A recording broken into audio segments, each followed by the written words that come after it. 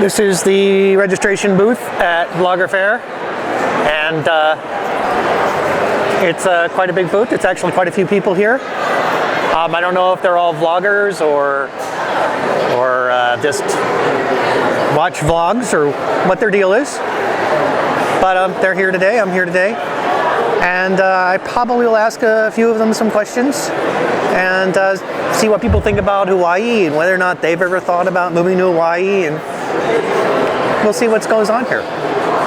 Well, at this point, I've done some research about moving to Hawaii, but I haven't actually done any real actions. There's been a few things I've sold on eBay and a few things that I've sold on Craigslist, but other than that, I haven't done any real, I haven't bought any tickets, I haven't booked any shipments. Oh, I've done some, but here's the research I've done. Plane flights, just to see what the plane flights are. It seems to be best in the middle of the week, and it is cheaper to go one way than it is to go round trip. Also, I have a cat, and so the question is, what do I do with this cat? It's a 21-year-old cat. We're not exactly sure of the birthday, but within 6 months. But she's 21 years old, so she's not, you know, in the perfect health. She has hip problems, but other than that, she seems pretty good. Only one airline will allow a cat aboard inside the cabin. All the others don't. And you have to have permission or something like that. But so that's what I'm planning on doing, bringing the cat inside the cabin. And there's only a certain number of animals that they'll allow in the cargo area. So there's certain times a year when you can't bring your animal at all. It does kind of mess things up because there's a time period that you have to wait for the rabies shots and you have to have tests. And so the question is, do we delay our moving to Hawaii for the cat, or do we move and let the cat stay with somebody, or have the cat stay with somebody and then pick the cat up? But these are hard questions. Well, the biggest thing that you're going to want to know when you go and you go online and you request what the shipping cost would be, you're going to get a bunch of spam. I didn't want to do that. I created another email account so that all my spam goes to that email account, and I don't have to deal with it the rest of my life about somebody spamming me. So in order to know what the cost is, you have to know what the cubic feet of your stuff is. Now, when they give you a quote, they normally ask for how many bedrooms you have, and they base it off of that. But the truth is that really it's about cubic feet, not about how many bedrooms you have at the end of the day, or at least you're going to want to know what the cubic feet is. You can go into a big container, bigger and bigger containers, or smaller container. The smallest container you can use is going to be the cheapest. Now, the smallest container that is on the ship is 1,100 cubic feet, something like that. It's in that range. So if your stuff is 1,100 cubic feet, you can move everything, and that's going to cost you, I think, somewhere around $7-8 grand for that container.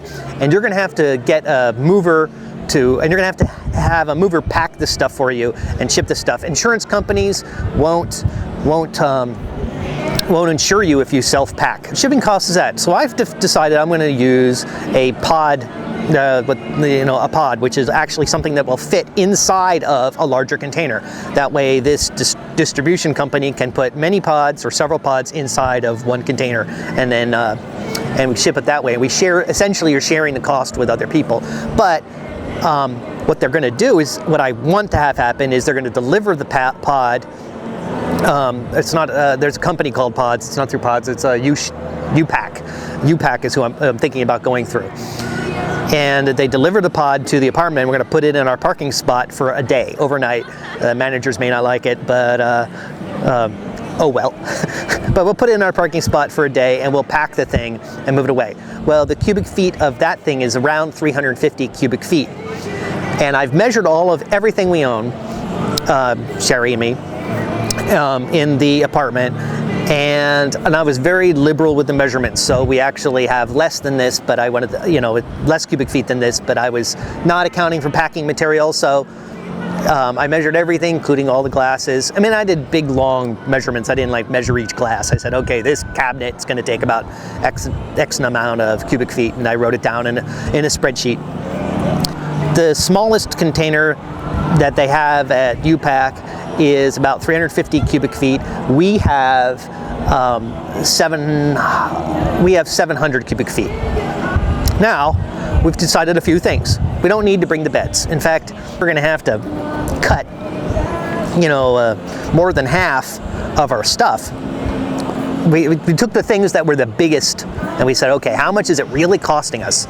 Because if we did 700 cubic feet, it's not quite 1,100, right? So if you take that and you say, okay, let's say it's going to cost $6,000 for 1,100 cubic feet. I keep saying square feet, cubic feet of stuff. You figure it out and you say, okay, is it worth the price of the bed, which is this portion of that?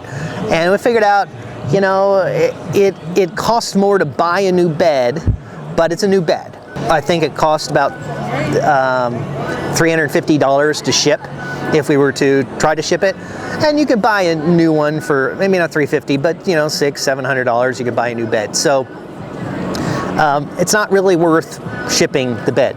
The U-Pack shipping for the one container going from Seattle, because that's where we're departing from. Now it's possible to go down to LA and then ship from there, and I think the price is a little cheaper, but I don't want to deal with that. A few $100s more for convenience is worth it. Like the U-Pack, I know that we can do something that's a little cheaper than U-Pack, but we're gonna have to deal with paying somebody to pack in. If we wanted any insurance on our stuff, we'd then also have to, they'd have to wrap it or pallet it or whatever we're gonna do. It gets a little more complicated. I'd rather I like this idea of a pod coming to the house, we pack it as tight as I possibly can in a day, and then they take it away. And anything else left in the house goes. But I'm gonna try to sell everything before then. And a lot of this is, you know, and every cubic foot matters, okay? So that's pretty much where we are. I haven't really made any plans. I kind of know that this much. Yeah, and we'll go and we'll talk more about this. It's going to be a rough few months. And like I said, I'll talk about everything that I'm doing for this Oahu move. And I hope that I love it there. And looking forward to it. I think Sherry's looking forward to it. The cat would be looking forward to it if she understood English, but she doesn't, so she's oblivious to everything.